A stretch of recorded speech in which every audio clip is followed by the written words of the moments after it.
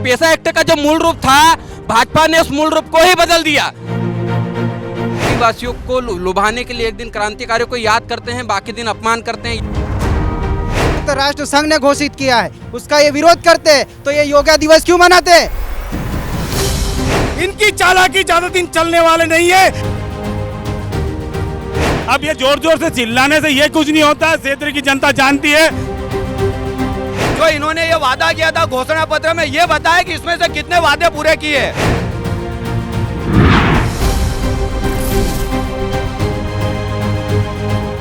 नमस्कार, मैं हूं रुचि वर्मा। 10 सूत्र के अभियान क्या है एमपीसीजी का मूड के इस पड़ाव पर हम आ पहुंचे हैं धार जिले की कुक्षी विधानसभा क्षेत्र में। कुक्षी धार जिले के अंतर्गत आने वाली सबसे बड़ी तहसील है और यहाँ के वोटरों की संख्या करीब 2 लाख होने की वजह से ये एक अर्ध शहरी केंद्र है। मालवा एरिया में पड़ने वाला कुक्षी कपास, मिर्ची, सोना चांदी और तैयार वस्त्रों के व्यापार के लिए प्रसिद्ध है। फिलहाल यहाँ से कांग्रेस के सुरेंद्र बघेल विधायक है। तो चलिए मिलते हैं कुक्षी की जनता से और जानते हैं क्या है उनके मुद्दे, और अगर आज चुनाव होते हैं तो वो किसको सरकार में तिलक लगाना मंजूर करेंगे। धार जिले की कुक्षी तहसील कई मायनों में खास है। यहाँ की आदिवासी संस्कृति प्रदेश ही नहीं बल्कि देश में भी अहम स्थान रखती है। होली के समय यहाँ लगने वाले भगोरिया मेले और उसमें उमड़ने वाली भीड़ और आदिवासी संस्कृति को पास से निहारने देश और दुनिया से लोग पहुंचते हैं। इस इलाके का जितना समृद्ध सांस्कृतिक इतिहास है, उतना ही साफ यहाँ का राजनीतिक मिजाज। धार जिले की अहम सीटों में से एक कुक्षी कई मायनों में खास है। एक समय मध्य प्रदेश की राजधानी में विपक्ष की आवाज मजबूती से रखने वाली जमुना देवी इसी कुक्षी विधानसभा सीट से जीतकर सदन में पहुंचती थी। कुक्षी पर कांग्रेस का एक तरफा राज रहा है। अब तक हुए 15 चुनावों में यहाँ कांग्रेस को 12 बार जीत मिली है। तो वहीं साल 1962 में जनसंघ, 90 में बीजेपी और 2011 में हुए उपचुनाव में भी बीजेपी ने जीत दर्ज की थी। कुल मिलाकर 3 बार कांग्रेस से जनता का मोह भंग हुआ है। वर्तमान में यहाँ से कांग्रेस के सुरेंद्र सिंह हनी बघेल विधायक हैं और 15 महीने की कमलनाथ सरकार में वो नर्मदा घाटी विकास मंत्री की जिम्मेदारी संभाल चुके हैं। सियासी समीकरण: 2018 के विधानसभा चुनाव में दूसरी सबसे बड़ी जीत दर्ज करने वाले हनी बघेल कुक्षी से जीतकर कमलनाथ की 15 महीने की सरकार में कैबिनेट मंत्री बने थे और बघेल पहली बार 2013 में यहां से विधायक बने थे। 2018 में 63,000 वोटों से बीजेपी के वीरेंद्र सिंह को हनी बघेल ने हराया था और इससे पहले उनके पिता प्रताप सिंह बघेल और जमुना देवी के बीच कांग्रेस के टिकट को लेकर हमेशा खींचतान मचती रही। कभी जमुना देवी तो कभी प्रताप सिंह यहाँ से जीतते रहे, लेकिन जनता के बीच कांग्रेस ही यहाँ से पहली पसंद रही। हालांकि 3 मौके ऐसे आए जब जनता ने कांग्रेस को नकार दिया। साल 2023 में कांग्रेस की तरफ से हनी बघेल तयशुदा उम्मीदवार है, तो वहीं बीजेपी की तरफ से कई सारे नाम हैं। वहीं जयस भी इस इलाके में अपनी दमदार उपस्थिति दर्ज करवा रहा है। हाल ही में कुक्षी से ही जयस ने अलग चुनाव लड़ने का ऐलान किया है। जयस की मौजूदगी बघेल और बीजेपी दोनों की नींद उड़ाने के लिए काफी है। जातिगत समीकरण: अनुसूचित जनजाति के लिए आरक्षित इस सीट पर मुद्दे और चेहरे के साथ जातिगत समीकरण साधना अहम है। यहाँ एसटी वोट निर्णायक स्थिति में है। ऐसे में आदिवासी बाहुल्य डही क्षेत्र जो कांग्रेस का गढ़ है, वहां के मतदाता निर्णायक भूमिका निभाते हैं। हर बार कांग्रेस के उम्मीदवारों को यहाँ से इतने वोट मिल जाते हैं कि कुक्षी क्षेत्र के मतदाताओं का झुकाव बीजेपी के साथ होने के बाद भी कांग्रेस के उम्मीदवार जीतते हैं। हालांकि पाटीदार और सिरवी समाज भी इस इलाके में प्रभावी है। मुद्दे: बाकी आदिवासी इलाकों की तरह इस इलाके में भी मूलभूत सुविधाओं का अभाव है। यहाँ रोजगार, सड़क, बिजली, पानी, शिक्षा और स्वास्थ्य तो बड़े मुद्दे हैं ही, साथ ही खराब कानून व्यवस्था इलाके की छवि को धूमिल करती है। यहाँ अस्पतालों में डॉक्टरों की कमी है, स्कूलों में शिक्षकों की, रोजगार के अवसरों की भी कमी है, तो साफ पानी का अभाव नजर आता है। विधायक द्वारा 2018 में तो बड़े बड़े वादे किए गए थे। उनकी सरकार आने को दोनों बोला हम किसानों के कर्जे माफ़ करेंगे, हम प्रत्येक किसानों को, प्रत्येक युवाओं को रोजगार देंगे। उनकी सरकार भी रही, 1.5 साल तो उनकी सरकार भी चली, लेकिन कुछ किसान जिनको उंगलियों पर गिना जा सकता है, ऐसे किसानों को उन्होंने कुछ 5 रुपये, 50 रुपये, 10,000 रुपये समथिंग उन्होंने कर्जा माफ़ किया। और बेरोजगार युवाओं को बोला गया कि हम आपको 6,000 रुपये महीना देंगे। ना तो कुछ 6,000 रुपये महीना आया, ना किसानों का कर्जा माफ़ हुआ।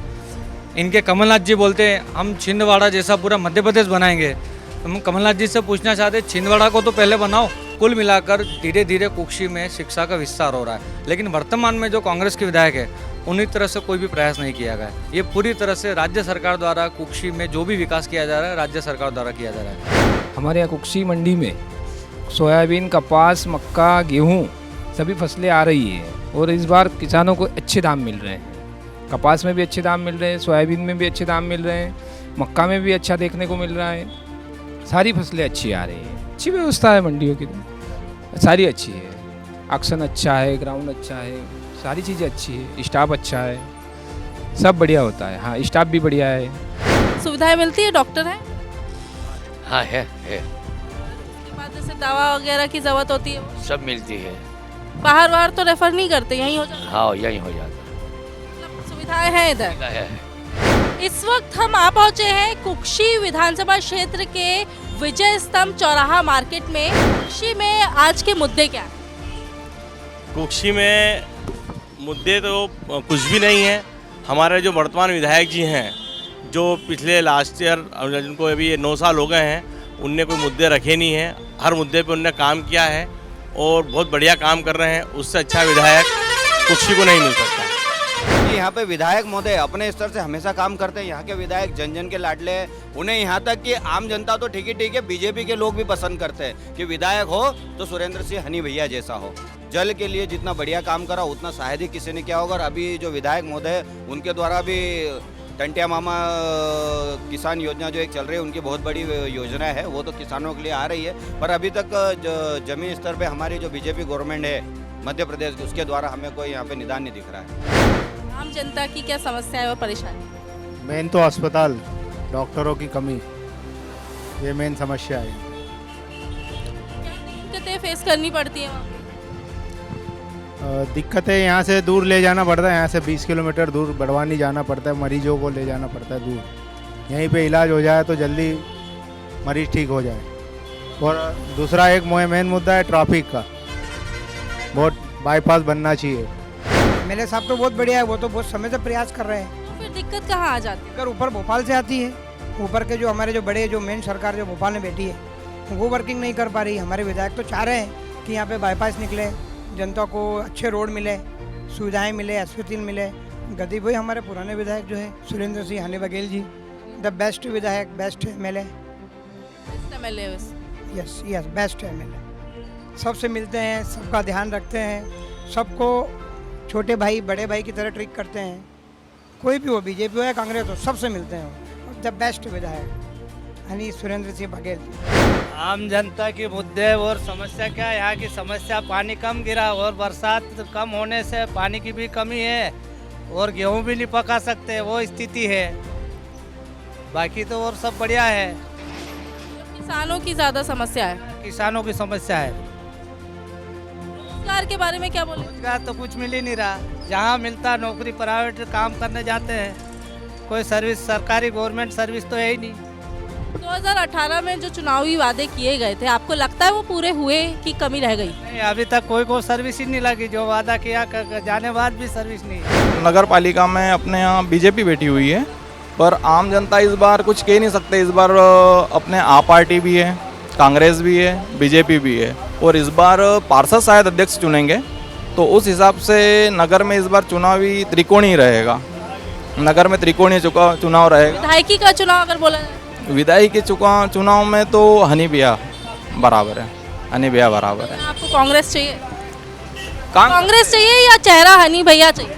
चेहरा चाहिए हनी भैया, क्योंकि काम करते हैं, उनका नेचर एकदम सीधा सिंपल है। हर किसी से घुलना मिलना, आना जाना सब बढ़िया है। इन सवालों का जवाब जानने के लिए जब हमने इलाके के स्थानीय नेताओं से बात की तो दोनों दलों के बीच आरोप प्रत्यारोप का दौर शुरू हो गया। वहीं जयस ने इन दोनों दलों को जमकर कोसा। कुक्षी विधानसभा क्षेत्र में, जो कि धार जिले के अंतर्गत आती है, यहाँ की चौपाल सज चुकी है और हमारे साथ है जयस के कार्यकर्ता और नेता, साथ ही हमारे साथ है भाजपा के कार्यकर्ता और नेता और यहाँ की सत्तारूढ़ पार्टी यानी कांग्रेस के कार्यकर्ता और नेता। कुक्षी की जनता मुख्य रूप से बहुत सारे मुद्दों पर, विकास के कार्यों पर वोट करती है। हमेशा यह होता है, लोगों को प्रलोभन दिया जाता है कि हम ये कर देंगे, हम वो कर देंगे, और उसके बाद जीतने के बाद पूरा गायब हो जाते हैं। केंद्र राज्य में कांग्रेस की सरकार आई, लोगों को बेवकूफ़ बनाया कि 2 लाख रुपए आपके माफ करेंगे हम, और राहुल गांधी जी ने यह कहा था कि 10 दिन के अंदर सारे किसानों का कर्ज माफ हो जाएगा। लेकिन वो आज गरीब किसान बैंक में अपनी पासबुक लेकर घूम रहा है, उसका कर्ज माफ नहीं हुआ है। दूसरी बात, क्षेत्र जो है आदिवासी बहुल्य है, वनवासी अपने जीवन यापन के लिए खेती किसानी करता है, उसको मूलभूत जो आवश्यकता है पानी की, वो पानी, सिंचाई के लिए पानी, योजनाएं बहुत बड़ी बड़ी बनती है। आप 10 साल से विधायक हैं, 10 साल से अपने किसानों के लिए क्या करा, ऐसी योजनाएं कौन सी लाए, वो हमें बताइए तो हम माने कि ये बात हुई है। पानी की समस्या के लिए जो हमारे अभी विधायक हैं, उनने जैसे उनको 15 महीने का हमारा कार्यकाल रहा, जिसमें 3 से 4 महीने लोकसभा की आचार संहिता के चले गए, उसके बावजूद भी उनने 2 लिफ्ट इरिगेशन योजना यहाँ मंजूर करी है।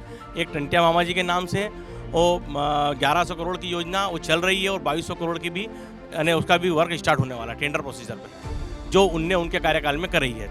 और उनके पिताजी ने जो आज कुक्षी में कहीं जगह जोबट परियोजना का पानी आ रहा है, वो उनके पिताजी की देन है। तो क्षेत्र की जनता के विकास के लिए इनको काम करना चाहिए था, ये कर रहे हैं। लेकिन अभी थोड़ी देर पूर्व भाजपा के नेता ने अभी हम लोगों को वनवासी शब्द से संबोधित किया।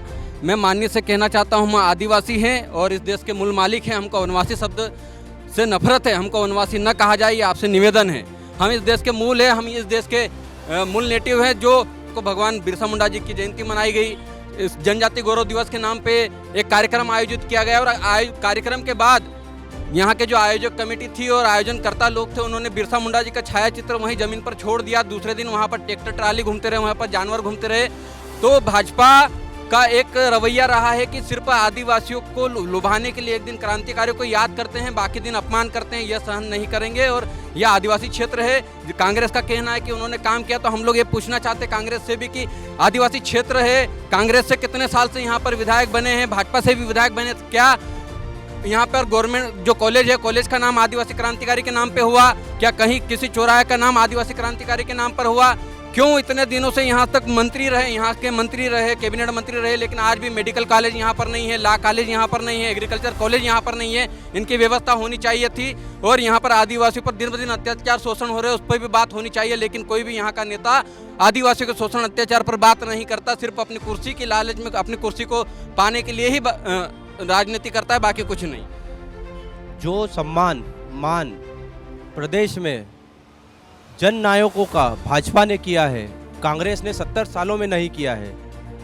हमारे जो क्रांतिकारी है, उनको सम्मान मिले, उनका मान बढ़े, उनकी जीवन गाथा, उन्होंने अपने जीवन में देश के लिए क्या योगदान दिया है, केवल भाजपा ही है जिन्होंने टंटिया मामा, भीमा नायक, बिरसा मुंडा जी आदि का उनको लाकर सभी को, उनके लेखों को और पाठ्यक्रम में शामिल करने का, उनको लोगों को बताने का काम कर रही है, सम्मान का काम कर रही है। तो भारतीय जनता पार्टी की सरकार करी है और कोई सरकार ने नहीं किया है। कांग्रेस ने हमेशा आदिवासियों का साथ दिया है। 9 अगस्त आदिवासी दिवस के रूप में अंतर्राष्ट्रीय स्तर पर मनाया जाता था। बीजेपी की सरकार ने 9 अगस्त को छुट्टी में कैंसिल कर दी, और उसके बाद जब कांग्रेस सरकार शासन में थी, तब कमलनाथ जी ने हर जनपद स्तर पर 50-50 हजार रुपये दिए और आदिवासी दिवस मनाया गया। बीजेपी सरकार ने 9 अगस्त को छुट्टी क्यों कैंसिल कर दी, इसका जवाब दे। नरेंद्र मोदी जी की सरकार है, हमारे प्रधानमंत्री जी ने 15 नवंबर को पूरे विश्व में, पूरे देश में यह जनजाति गौरव दिवस का एक उपहार स्वरूप दिया है, और उस दिन छुट्टी अवकाश घोषित किया है। हमने कब मना बोला, नहीं करा। आदिवासी दिवस पे इस बार आदिवासियों के पूजनीय बिरसा मुंडा जी की छाया प्रति नीचे जमीन पे बनाई गई। अगर आपको बीजेपी को इतना ही सम्मान करना था, तो उसे किसी अच्छी जगह पे बनाकर उसकी पूजन करना था, ना कि लात में उनको छोड़ना था। बल्कि 2 दिन तक वो वैसे ही गली, वो वहाँ पे लोग उनके ऊपर चलते रहे, तब आदिवासी भाइयों ने उसकी आवाज उठाई। उसका जवाब दे बीजेपी को, उनको क्यों नीचे जमीन पे लात के लिए वहाँ पे छोड़ दिया गया था? क्या यही है आपके आदिवासियों और बिरसा मुंडा जी के सम्मान में? हमने ससम्मान, चूंकि शासकीय कार्यक्रम था, हमारे लिए हमारे दिल में बसे हुए हैं, हमने पूरा ससम्मान उनको कार्यक्रम में करा। एक एक भाइयों को हमने बुलाया, क्योंकि एक मानवीय उसमें यह कर सकता है, एक प्रतीकात्मक रूप से रंगोली बनाई गई थी, उनके सम्मान में बनाई गई थी। मानवीय भूल हो सकती है, अब वो क्या है, उस समय सभी हड़बड़ाहट में हुआ, ये एक मानवीय प्रवृत्ति, उसके लिए सभी से बात भी हो गई है, मानवीय भूल को माना जाएगी इसको। मोदी जी ने कहा है कि ये मानवीय भूल हो सकती है, तो अगर मानवीय भूल हो सकती है तो ये सम्मान कैसा है? वहाँ पर गाय ढोर गाड़ियाँ वगैरह सब उनके ऊपर चलते जा रही है। एक दिवस इनका सम्मान सिर्फ एक दिवस के लिए था, दूसरे रोज तो अपमान कर रहे हैं ये लोग, तो ये कैसा सम्मान है? आदिवासी दिवस का ये लोग विरोध करते हैं, तो अगर आदिवासी दिवस, विश्व आदिवासी दिवस, वर्ल्ड इंडिजिनियस पीपल डे, ठीक है, इसे यूएनओ ने घोषित किया है, यूएनओ ने, संयुक्त राष्ट्र संघ ने घोषित किया है, उसका ये विरोध करते हैं, तो ये योगा दिवस क्यों मनाते हैं? उसका जवाब दे, उसे किसने घोषित किया है? अभी तक बीजेपी ने ही जनजाति समाज का सम्मान करा है। कांग्रेस अभी तक जनजाति लोगों का शोषण करती आई है। ये बात अलग है कि दिवस मनाना, तो बिरसा मुंडा जयंती भी बड़े धूमधाम से मनाई गई। आपको ये नॉलेज होना चाहिए कि आदिवासियों के लिए इंदिरा गांधी ने उनकी जमीन का अधिकार दिया। आज तक पैसा एक्ट लागू किसने करा? मध्य प्रदेश में पैसा एक्ट लागू किसने करा? अभी तक इन्होंने 70 साल तक इनको पैसा एक्ट, इनको यही नहीं मालूम है कि पैसा एक्ट तो कल लागू करा गया। कराना भैया, पैसा एक्ट तो लागू हुआ ना, आप मानते हो कि नहीं? देखिए, पैसा एक्ट का जो मूल रूप था, भाजपा ने उस मूल रूप को ही बदल दिया। जिस पैसा एक्ट आप अभी कह रहे हैं कि मद का, जहां शराब बिक्री होगी वहां ग्राम सभा की अनुमति लेनी होगी, तो यह तो हमारे संविधान के 13(3) का रूढ़ी प्रथा में पहले से ही संविधान में था। 243 के तहत आदिवासियों का जो बजट बनता है, उस बजट का पैसा कहाँ खर्च होता है, ना आज तक कांग्रेस के नेता ने बताया, ना आज तक बीजेपी के नेता ने बताया। और जिस पैसा एक्ट की बात कर रहे हैं, पैसा एक्ट के जो प्रावधान थे, हमारी जमीन हमारे पास थी, हमारी जमीन जंगल हमारे पास थी, आज पैसा एक्ट के माध्यम से उन्होंने कह दिया कि एक ग्राम पंचायत में 40 एकड़ जमीन रहेगी। क्यों भैया? जब ग्राम सभा की पूर्ण सीमा के अंदर आने वाली सभी जमीनें ग्राम सभा की है, तो 40 एकड़ के बाहर जाने वाली जमीन किसकी होगी? आदिवासियों की जमीन कई जगह नहीं छीनी जा रही है। सरकार जो काम कर रही है उनके उत्थान के लिए ही कर रही है। तालाब और केनाल जो बन रही है उनकी जगह ही सिंचित होगी ना। आप ही बताओ कि कहाँ बनाएंगे? कई आदिवासियों की जगह छीनी गई। पास के क्षेत्र के विधानसभा की बात है, बड़ा प्लांट लगा गया, वहाँ कई आदिवासियों की जमीन है, जो किनको वहाँ पे रोजगार दिया गया? किसी को वहाँ पे मूल निवासियों को रोजगार नहीं दिया गया है। जैस के संरक्षक अभी हीरालाल अलावा मनावर के विधायक है कांग्रेस से, उन्होंने चुनाव लड़ते समय कहा था कि मैं अल्ट्राटेक सीमेंट को उखाड़ के फेंक दूंगा, तो कहाँ गए वो डॉक्टर साहब? गवर्नमेंट फैक्ट्री के नाम पे आदिवासी की जमीन लेती है, वहाँ का हम विकास करेंगे। वहाँ का आज अल्ट्राटेक की फैक्ट्री है, वहाँ पे सरकार ने वहाँ के स्थानीय को 12 उनको नौकरी दी। ये इसके हम बेरोजगार क्या करें? हम ना वैकेंसी निकाल रही है, अभी 2 से 3 साल हो गए, ना वैकेंसी निकाल रही है। कांग्रेस सरकार ने बोला था कि हम 4000 रुपये देंगे प्रति व्यक्ति को बेरोजगार उनको, तो किसको मिला अभी तक? हमारी सरकार अभी वर्तमान में बीजेपी की है। रोजगार का जो काम है वो बीजेपी सरकार को देना चाहिए। जैसे ही हमारी 15 महीने की सरकार आई थी, उसमें जितना भी हमने प्रपोजल बना के तैयार रखा था, और 15 महीने के बाद वो सरकार नहीं रही, और इस कारण वो पूरा प्रपोजल नहीं बन पाया। नहीं तो आज हमारे यहाँ रोजगारों की कमी नहीं रहती। 15 महीने की सरकार के पहले कांग्रेस ने घोषणा पत्र में ये कहा था कि प्रति बेरोजगार को 4000 रुपये महीना भत्ता देंगे। क्या किया कांग्रेस ने? 15 महीने में एक किसी भी बेरोजगार को भत्ता दिया गया?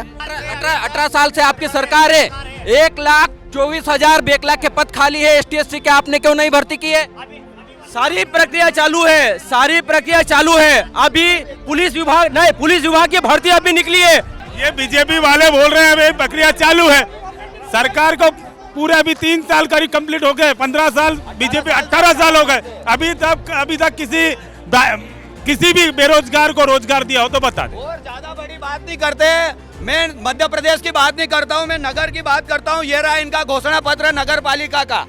ये नगर पालिका आज से 3 साल पहले जो माननीय मुकाम सिंह जी के नेतृत्व में बनी थी, 5 साल होने को आ गए हैं, तो अच्छा हुआ मैं 3 साल का ही कार्यकाल मांगता। इसमें कई चीजें ऐसी थी जो इन्होंने ये वादा किया था घोषणा पत्र में, ये बताया कि इसमें से कितने वादे पूरे किए। इसमें थोड़ा सा आम जनता से पूछना चाहूंगे। मैं यूँ कहना चाहता हूँ कि जो बीजेपी पे बैठे ले नगर पालिका में, फर्जी नामांतरण किए 50-50 हजार रुपये लेके, और मेरा नामांतरण भी फर्जी किया है इन्होंने, और अभी वो आज वो कोर्ट में चल रहा है। और जो ये कर्मा आया तो फर्जी नामांतरण 7-8 करके गया है पैसे लेके, और सभी के नाम फर्जी कर गया, और मैं आज भुगत रहा हूँ उस चीज को। ये बीजेपी सरकार छोटी है, और जो बेटा है जो अध्यक्ष वगैरह उपाध्यक्ष सब चोर है, मेरा ये कहना है। भ्रष्टाचार होता था, आज तक कोई मुद्दा उठा था? अभी तक कहाँ गए लोग? कौन सा मुद्दा उठा? चुनाव पास एक मिनट, चुनाव पास आते ही भ्रष्टाचार का मुद्दा लागू कर रहे हैं। मैं पार्षद हूँ नगर पंचायत में, वो भाई साहब ने जो बोला है नामांतरण का मुद्दा, एक मिनट, नामांतरण उनके घर 5 भाई है, 5 ने नई अलग अलग वसीयत बना रखी है। भ्रष्टाचार नगर पंचायत कर रही है, ये खुद कर रहे हैं। जो वर्तमान में सरकार है, जो सरकार में लोग बैठे हैं, 17 साल की सरकार हो गई है। 17 साल की सरकार में यहाँ के जो स्थानीय नेता है कुक्षी विधानसभा क्षेत्र के, उन लोगों ने कोई एक बड़ी सौगात 17 साल में अगर दिलाई हो कुक्षी विधानसभा को, तो एक भी हो तो गिना दे। मैं नगर पालिका उपाध्यक्ष लोकेश पाटीदार बोल रहा हूँ। मेरे भाई संटू ने मुद्दा उठाया कि एक भी सौगात बता दे।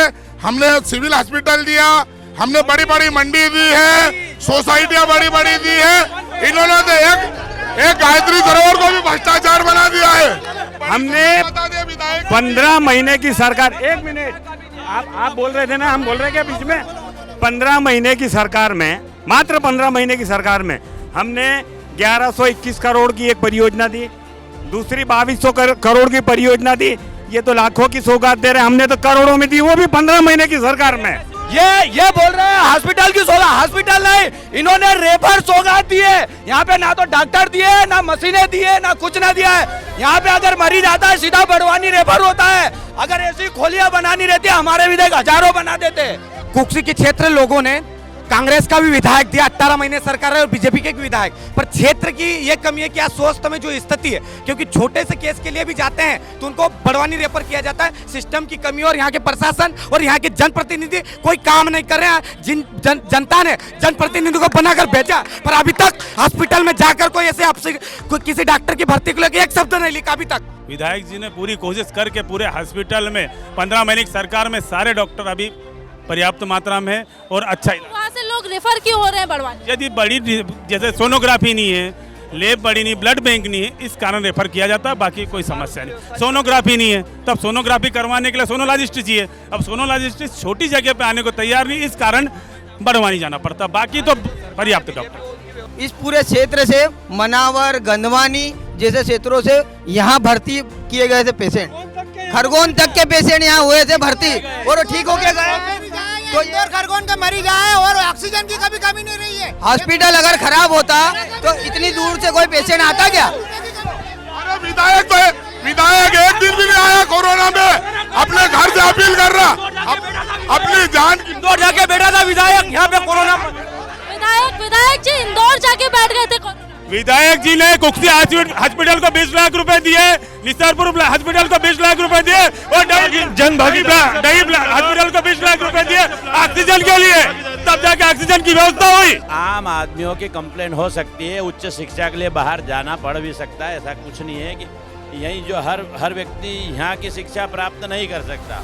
यदि मान लो यहाँ से उच्च शिक्षा के लिए कहीं जाना होगा तो उसको लगता है, पर यहाँ पे अगर एक कॉलेज होता, मेडिकल कॉलेज, एग्रीकल्चर कॉलेज, यदि होता तो ज़्यादा अच्छा होता। मेडिकल कॉलेज के लिए इनको हम लोग मांग कर रहे हैं, हम लोग महापुरुषों के नाम पे इस कॉलेज का नाम होना चाहिए। शिक्षा व्यवस्था इतनी बदहाल है। हाँ, और रही बात हॉस्पिटल की, तो हम लोग आपको बता दें हॉस्पिटल में सोनोग्राफी मशीन है, लेकिन उसको चलाने के लिए डॉक्टर की नियुक्ति यहाँ सरकार नहीं कर रही है। अभी इन्होंने कहा डॉक्टर की कमी से कोई आया है एडमिट होने, तो ये कुक्षी के कहाँ गए भाई? बड़वानी क्यों रेफर कर रहे हैं आप?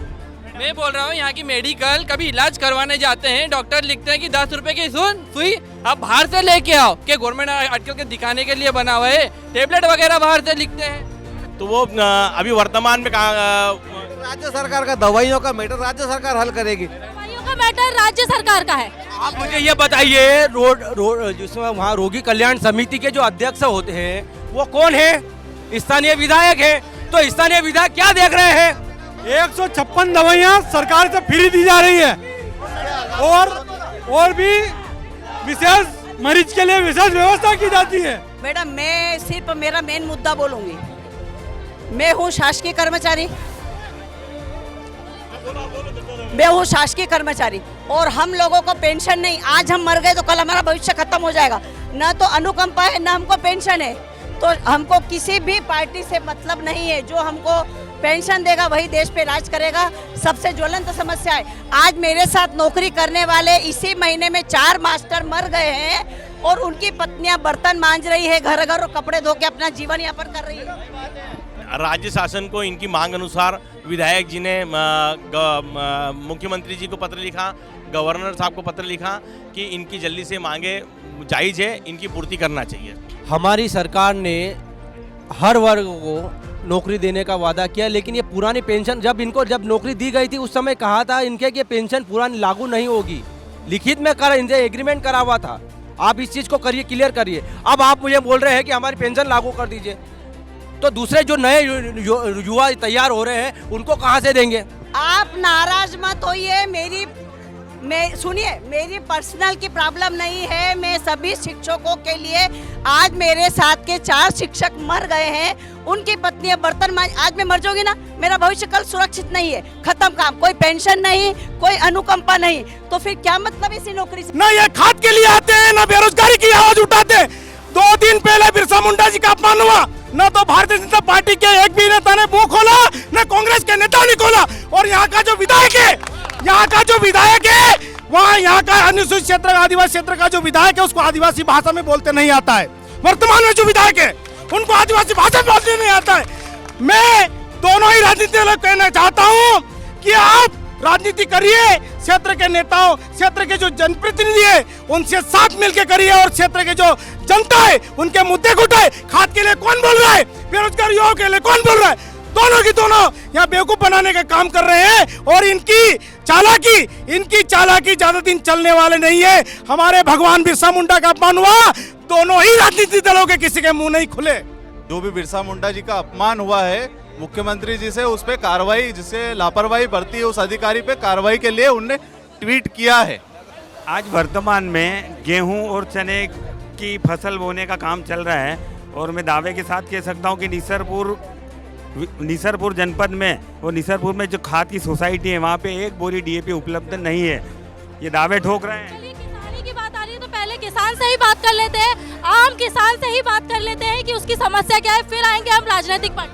मैडम, यूरिया खाद नहीं मिल रहा है, किसानों को बहुत समस्या है। किसानों के लिए कोई पार्टी ने हित नहीं किया और मेरा बीपीएल का कॉपी है, मैं गरीब आदमी हूँ, मजदूरी करता हूँ, फिर भी अभी तक ना लेटरिंग मिली और ना मेरे को मकान बना के देंगे। मोदी जी ने वादा किया था, वो वादा भी नहीं हो रहा। और सरपंच मंत्री पे ध्यान दे हर पंचायत में, तो मोदी जी और शिवराज सिंह को और हम जिता सकते हैं। 1100 से ऊपर पीएम आवास बने, 1200 से 1500 पीएम आवास बने हैं, हमारी सरकार ने दिए हैं। और खाद के लिए कौन गिरा? खाद की कमी, सारी सोसाइटियों में खाद भरा पड़ा है। सुसारी में एक गरीब आदिवासी महिला का प्रधानमंत्री आवास तोड़ा गया और लगभग 8 लोगों को नोटिस दिया गया जो 50 सालों से वही निवासरत है। सरकार द्वारा कौन न्याय दे रहा है? मुख्यमंत्री आदिवासियों को पट्टे देने की बात कर रहे हैं, लेकिन यहाँ तो प्रधानमंत्री आवास पे जेसीबी चल रही है जिस पर अभी तक कार्रवाई नहीं की गई। ये भाजपा के लोग पीएम आवास की बात करते हैं, लेकिन सीएम राइज स्कूल के नाम पे सरकारी स्कूलों को बंद किया जा रहा है। आप देखिए, यहाँ पर कांग्रेस के जो विधायक थे वो नर्मदा घाटी विकास प्राधिकरण में मंत्री रहे, लेकिन आज भी निसरपुर में आप जाके देखेंगे डूब क्षेत्र में रहने वाले लोग आज भी टीन शेड में रहने को मजबूर है। तब कांग्रेस और भाजपा के लोग नहीं बोलते हैं, जबकि यहाँ के मंत्री, उनको मुआवजा तक नहीं मिला। आप भाजपा के साथ ही सुनिए कि निसरपुर में क्यों आदिवासी लोग टीन शेड में रहने को मजबूर हैं, उनको मुआवजा क्यों नहीं मिला? 15 महीने उन्होंने नर्मदा घाटी विकास प्राधिकरण का बनाया, तो उसके बाद उन्होंने क्यों नहीं समस्या का समाधान करा? बार 15 महीने की बात करते हैं, तुमको 3 साल हो गए, यहाँ तक कोई योजना करी? विधायक जी ने 15 महीने में 2200 करोड़ की योजना, उद्वन सीधा योजना नहीं बोली, और कुक्सी से गंदवानी 1100 करोड़ वाली योजना, उद्वन सीधा योजना पारित की। क्षेत्र की जनता को बेवकूफ बनाने का काम कर रहे हैं और क्षेत्रीय विधायक अपने आप को क्षेत्र का बेटा बता रहा है। कितने दिनों से यहाँ पर रह रहे हैं, उनका परिवार कहाँ रहता है? और मैं भारतीय जनता पार्टी के मित्रों को, साथियों को कहना चाहता हूँ कि मंडी में रंगोली जो बिरसा मुंडा की बनाई गई थी, इनके मुंह में कौन सा लड्डू घुसा हुआ था? कांग्रेस के नेताओं में कौन सा लड्डू घुसा हुआ था? क्यों नहीं बोले आप लोगों ने? और मैं भारतीय जनता पार्टी के जो साथी लोग बैठे, नेतागण बैठे उनको मैं बोलना चाहता हूँ, हम लोग वनवासी नहीं है, हम लोग आदिवासी है।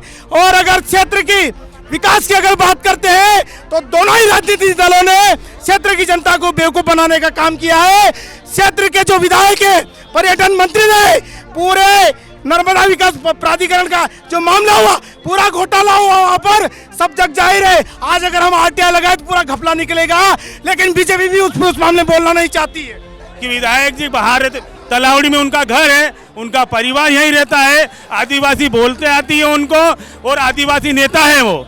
अब ये जोर जोर से चिल्लाने से ये कुछ नहीं होता, क्षेत्र की जनता जानती है, शांति से विकास हो रहा है और विधायक जी का अच्छा काम है। और ये कहते हैं हमारे भाई महेन भाई कह रहे थे कि कांग्रेस ने क्या किया, विधायक ने क्या किया। मैं कहता हूँ ये हमारे भाई अगर आज बोलने लायक हुए तो उन्हीं कांग्रेस की देन थी जो 70 साल में स्कूल बनाए। प्रदेश में 18 महीने कांग्रेस की सरकार रही, कांग्रेस की विधायक ने या कांग्रेस की पार्टी ने 18 महीने में शिक्षा, स्वास्थ्य, बेरोजगारी, कुपोषण प्लान को लेकर और संविधान में जो अधिकार थे, किसी नेता ने या क्षेत्र के विधायक ने कौन सी ऐसी चीजें करी। आप तो यहाँ के मंत्री थे, मंत्री होने के बाद में डूब क्षेत्र लोगों को कितना मुआवजा दिला, आज भी उनकी डूब क्षेत्र के बारे में मैं इनको जानकारी दे दूं, जब केपीएस बीजेपी सरकार ने लगाई थी डूब वालों को, तब विधायक जी ने 780 लोगों केपीएस हटा के 580 का 180 लाभ दिया। उसके बाद जब से सरकार गई और कांग्रेस बीजेपी की सरकार आई, उसके बाद डूब क्षेत्र वाले के एक भी कलम चली हो तो ये बता दे। 10 साल से कांग्रेस के विधायक है, आज तक कुशीनगर के किसी भी वार्ड में जनता की समस्या के लिए नहीं पहुंचे। दूसरी बात, आज वर्तमान में भारतीय जनता पार्टी की परिषद बनी है नगर परिषद में। आज स्वच्छता के मामले में कुशीनगर फेल है, स्वास्थ्य के मामले में भी भ्रष्टाचार है, शिक्षा के मामले में भी बहुत ज्यादा भ्रष्टाचार है।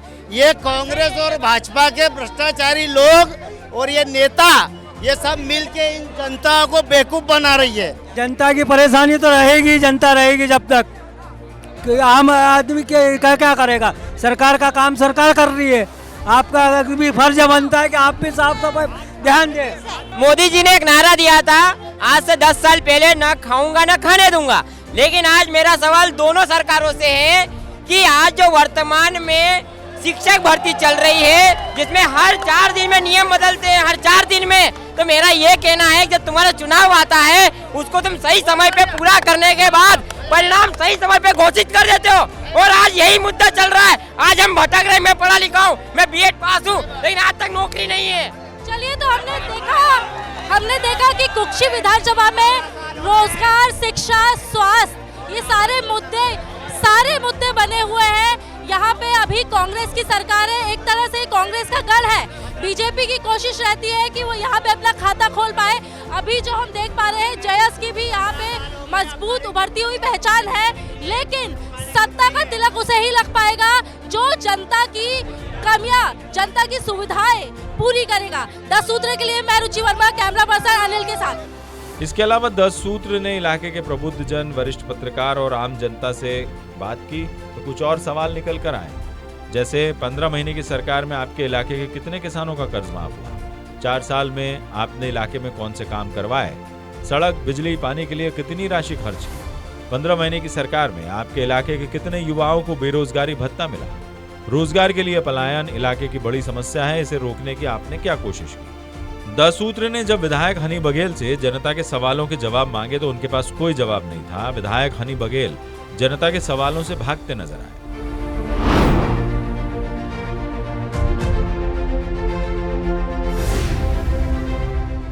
10 सूत्र की खबरों को देखने के लिए प्ले स्टोर और एप्पल स्टोर से डाउनलोड करें हमारा ऐप 10 सूत्र।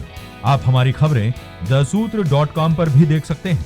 Social media platforms Twitter, Facebook और इंस्टाग्राम पर भी हमें फॉलो कर सकते हैं। साथ ही यूट्यूब पर भी हमें सब्सक्राइब करें। यदि आपकी नहीं हो रही कोई सुनवाई और आपके पास है कोई खबर तो हमारे व्हाट्सएप नंबर 700000244141 पर भेजिए और बनिए हमारे सूत्र।